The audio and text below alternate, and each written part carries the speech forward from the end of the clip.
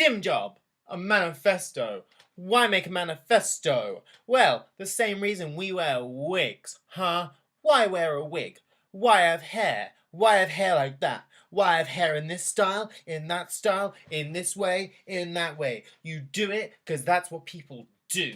That's the way people work. That's the way people think. That's the way people listen. That's the way people understand. Not people, as in people forever throughout humankind or whatever and that sort of thing. But people as in like, this is the epoch we're in, baby. This is the time we're doing. This is the time we're doing. This is the way we're being. This is how we're being together. This is how we're doing together. And right now, at this point in time, manifesto is a charged word. It's a loaded word. I'm gonna say that and you're gonna know what I mean, huh? You're gonna know what I mean, yeah? You're gonna know what I fucking mean, huh? You know, I talk like this though. I'm gonna be sassy, huh? Yeah, huh? Yeah, huh? Yeah. You know what that is though? Ultimately, an appropriation, huh? It's an appropriation, isn't it? Of a certain type of culture, of a certain type of kind of like culture, a certain type of style. So I have style. There's a cross-pollination of this style between cultures. That's what the result of a cross-pollination, a hybridization, isn't it? Huh? Yeah, honey, yeah, honey, huh? Yeah, honey, yeah, huh, huh. Salt and pepper, push it. Yeah. All that fucking stuff, honey. Yeah. Like on this RuPaul's Drag Race, they had to do that fucking whatever genre was thing that was in salt and pepper style, whatever that genre is. That's a hybridization right there, huh? Yeah. Because like what we do is we have this kind of like thing that's ultimately appropriated from blackness, black culture, honey, blackness, black culture, because it's proper to talk like this. This is how you properly talk. But in nightlife, we talk like this, yeah, honey, because it's fun. It's fun. It's fun. It's not serious. It's not serious. It's fun, yeah, because basically what's serious is the great white way. It's the great white way of doing things, okay? But the thing is, though, the great white way isn't bound to whiteness, but it originates from whiteness. And if you are integrated into whiteness, you will believe the great white way is the normal and the natural and the go-to kind of thing. And you're like, oh my god, what is this terrible thing I'm in? I need to escape into a land of fantasy, honey, huh? And then what happens as well, though, is that great white way doesn't permit certain types of expression, but the fantasy allows for certain types of expression, certain types of people. Certain types of people can have recognition as people in that place because that is an excess. That is something that's not. This is why the LGBT is still bound to bar culture, because you only get a sexuality once you're 18 and plus, honey.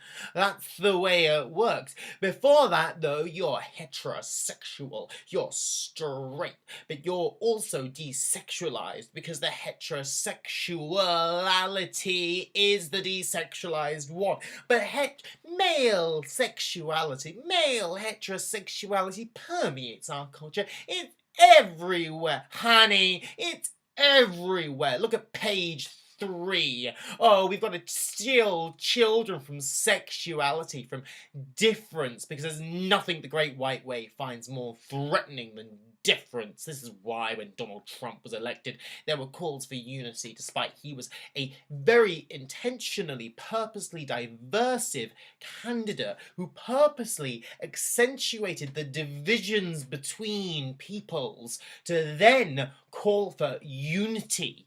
Okay, that call for unity is a call for domination and a call for oppression. And so then what happens is when you go to talk in nightlife, in the ways that have come to be understood as a nightlife, in the ways that become understood as being these acceptable things of queer and stuff like that, you can't help but appropriate, because the great white way has tried as hard as it possibly can, and it's not very good at it because things are seeping through all the time. But it's still in control. It's a pathetic, failing, miserable father with a pathetic tough little talons grasp into the stem of control, despite that it's being ripped away and it has nothing else to offer besides the fact that it's here and it's still in place. And it's allowed cultures of difference to proliferate in its fringes and in its margins. And it's allowed them to become hegemonic there. It's allowed them to become dominant there. It's allowed this difference to be dominant there. So then what happens is then in these places where there's difference, then what happens is aspects of that difference that are deemed to be attractive and stuff like that can become dominant, but it's not a way of life. You can't deem bar culture as a way of life. It's based on a place that sells poison as its very foundation and is totally uncritical into the process of capitalism. But the thing is, though, is that pathetic, snivelling, grovelling, awful, bloated, almost corpse-like, bureaucratic father that's got its talons shoved into and around the stem of control, its desperate, crumbling panopticon it still believes has some kind of relevance, that it only has relevance through its vilifying, its desperate, its evil, awful monopoly on the use of violence and coercion. That's all the dominant current culture has to offer. And then but it understands, because violence is its metric of control. It understands it can't, but it has the monopoly on violence. But it understands, because it's so violent. The order we live in is so violent.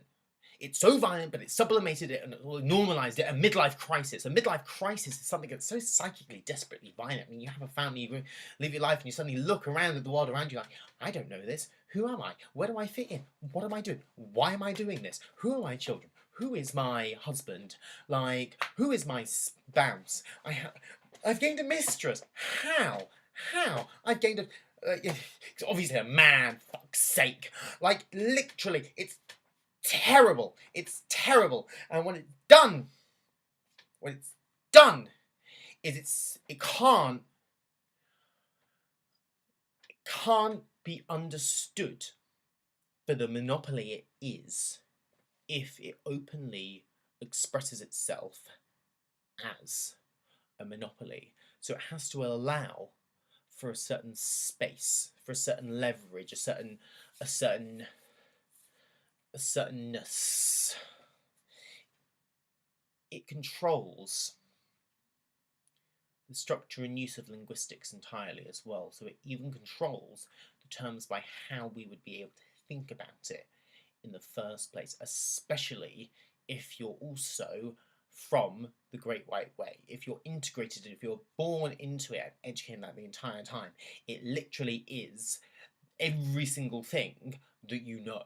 It is determined how you would even begin to critique that, how you would begin to remove yourself from it. It controls it. Okay, but it just can't control everything. It just can't, okay, because it just can't. It would like you to imagine that it could, but it simply can't. It's just absolutely fucking preposterous. And as it extends authority, it has to allow for certain spaces, for certain like a pressure cooker, for certain like outlets of difference, of things that aren't the Great White Way, of things that don't talk like this, that things that aren't like this, that things that aren't simple and sensible and British, and or Oxford or Cambridge. And that's why it's predominantly expressed in Americanism and these things and stuff like that, because it by having this historical ideal removed from it, it's not inhabiting. It gets to say, hey, I'm not perfect, how can I be perfect? How can I be controlling all these things, be this terrifying matrix that's like imbricated in every single all these different things? How can I do that when my excellence is over there? That's like basically your parents saying like, how can I be in charge when there's a grandparents kind of thing?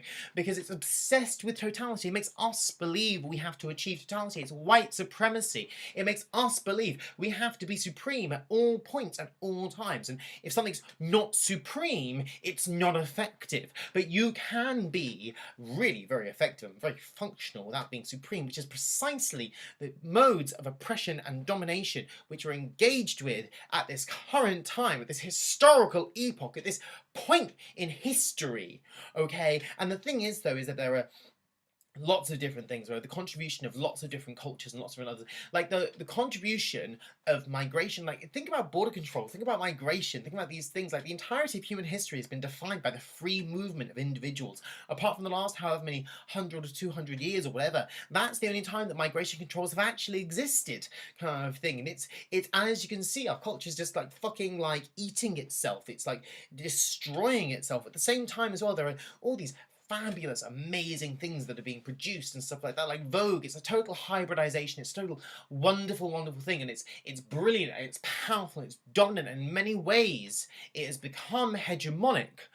And so, but as a result of blackness, of diasporas, of population movement, of people, but also people who are powerful, beautiful, amazing people who are survivors and strong and fabulous, and they have become so dominant in so many of our ways of thinking, but the ways they are not represented is in the corridors of power, which go between supposedly democratic government and big business, and basically the vast majority of CEOs and the vast culture of these things, of CEOs and politicians in the Anglosphere, in the sphere of activity relating to Anglo-Saxon individuals like Australia, Britain, America, Canada, these places, kind of thing.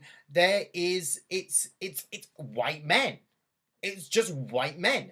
So basically, and who get to control the conditions of livability, get to control the conditions of appearance, get to control the conditions of what life is probable and what life isn't probable, basically.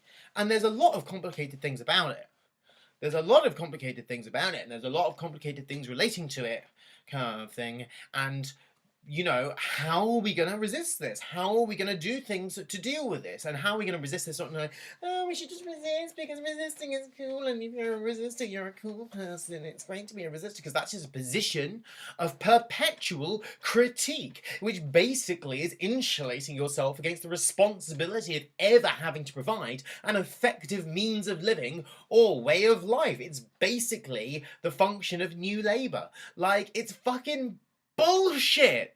It's bullshit. And now you can't go out and protest and just do that. I used to be able to do that. Now if you want to protest, you got to do 3 months of fucking paperwork or you're going to be put in prison. And basically we've got a previous generation who can't understand that they're becoming old and crotchety and grouchy. I mean, these millennials, this generation, they're so terrible. They're so this, they're so that. They can't accept the fact that they're just not cool anymore. They just can't accept the fact that they're lame as fuck. And the thing is, though, is that the society, we had this big attempt at negating the structures in the society. But now what we must do is we must negate the negation.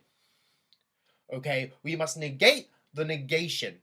And this is part of the dialectical revolution. And this is basically, we've got like the thesis, we've got the mode of doing things and stuff like that. And 50s and the baby boomers and like the post-war consensus and like international capitalism and all these things and terrible, terrible racism and imperialism. We've got the negation of that, this kind of like spawning of like all these different modes of counterculture and things. And, and also from it, identity politics and things as well. Like these vast, like, movement, the civil rights movement in many ways and stuff like that, and now we must negate the negation, okay? And that's not that we negate these efforts that have been there to destroy the original mode, kind of thing, because many of them have provided an alternative way of living and life that we can access, that we can do, that we can engage with, that we can perpetuate. However, none of them have managed to become successful in this way. They haven't managed to use a state, but we shouldn't necessarily be drawn into the state and into these things. We have to negate the negation, which is to say, it's a double negative entirely, which creates an entirely new mode of the positive, which can be used to replace the positive content of the old. Now, in our culture, we're really struggling because the negation of the negation is almost in a position almost beyond language. It's out there. It's fucking out there. It's strange. Okay, but there are still the champions of the previous imperialism and mode of being and thinking we're struggling against. And they can articulate themselves very, very easily because they are relying on a previous consensus that existed. And here I mean Milo Yiannopoulos and Katie Hopkins, okay? And they can just be like, oh, blah, blah, blah, that's the way it is, though, kind of thing. But then they're like, where's your evidence for this difference? For this new way of being, for these problems that we have. Where's your evidence? Where's your objective, quantitative ways of proving what we've got is not good, despite the fact that they and this consensus controls the parameters of the objective and the quantitative. Where is your objective, measurable, legalistic, court-based verdict of international racism when the international order itself is already racist and controls the parameters of justice? It's not going to find itself guilty. It's just not until it's held to account by a superior order because it's hierarchical. It demands a superior order before it listens to itself. Before it listens, and that's just it. It's like, oh, now we have to become a superior order, so we have to become the evil to destroy the evil. It's so difficult, and it's so maddening, and absolutely crucifying. You have this fucking idiot like Katie Hopkins or Milo Yiannopoulos just being like, well, like, yeah, it's the way it is. So like, I don't have to like evidence the fact that you're on a chair because you're on a chair because that's like society. And it's like, actually, it's this mode of perception. It's like what we're not thinking about here is how this chair was constructed, where it probably sweatshops, basically. Let's just face it. Like these sorts of things. Like it's like I don't have to evidence society. We're just sat on exploitation. We're using it right now, like the Congo Wars. Like the Congo is, I don't know that much about it, but the Congo is one of the most rich places on the planet, including a very vital mineral that is in every single mobile phone, and it's like 98% of that mineral on Earth exists in the Congo, and it's precisely why it's been destabilized by a lot of different interests over a lot of different times to allow neutral business to get in there and access it so that we can all have smartphones, which we're using right now for social media for like Bob Miller is like, what do you mean racism? It's like do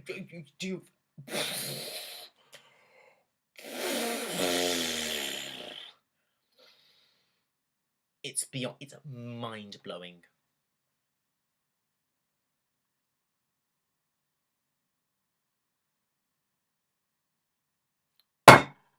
Don't want to put up with that anymore. Thus, I'm starting a YouTube series called Stimjob, which is about stim or stimming, which is self-stimulation, which is characteristic of people with autism and Asperger's syndrome, that they use as a physical method of, I don't really understand, it's one of these things like, hey, I got Asperger's, so now apparently I have to go and study a second degree in fucking Asperger's. Like, the amount of time and labour and conflicting reports to engage in this overly heterosexual and ridiculous and patriarchal model of medicine and diagnosis that apparently is inside my body. Stimming is something apparently that autistic people use as a physical point to attach themselves to the world and basically use that to process the hurricane of thoughts that are occurring. Job is labour, labour, time, job, labouring, moving. What am I doing? What's my function in the world? Apparently, it's to be a person within capitalism. You know, all those things. House person, basically. Stim job is a combination between the two, and it also sounds like rim job, which means that the work has a sexuality because it simply does, because everything does.